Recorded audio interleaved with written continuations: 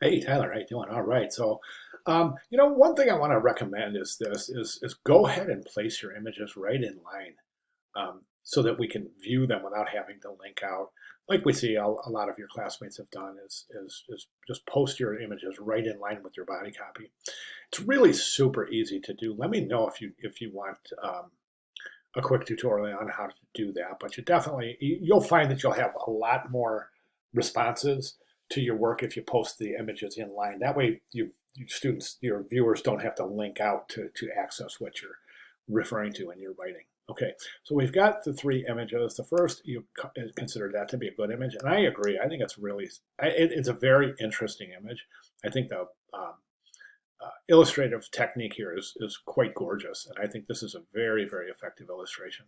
And I think this is a great one too. This one looks like it's done more in maybe Corel Painter, or maybe even using some of Photoshop's painting techniques to get this kind of painterly effect with the clouds in the background. So again, another really very compelling illustration. Now I'm going to get rid of these. I want to concentrate on the one that you consider to be a poor illustration. And the reason I say that is because I disagree. I think this is gorgeous. I love it. I just think it's fantastic. Now, the illustrative style is something totally different. I mean, this is what's considered to be a very flat illustration. So, in other words, there's no depiction of depth anywhere. There's only one spot that indicates depth in this illustration, and that's your question of the week: is how is this illustration depicting depth?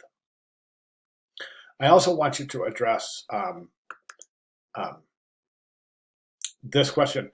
How do the elements work together to convey an idea or a feeling here? And what is the feeling that you get? What's happening here?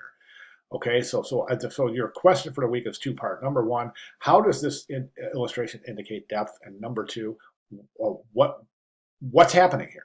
How does the elements here convey the feeling and tell the story, so to speak?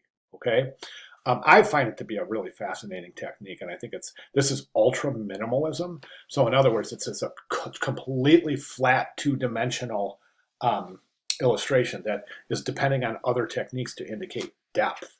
So again, I think it's really interesting. I think it's very compelling.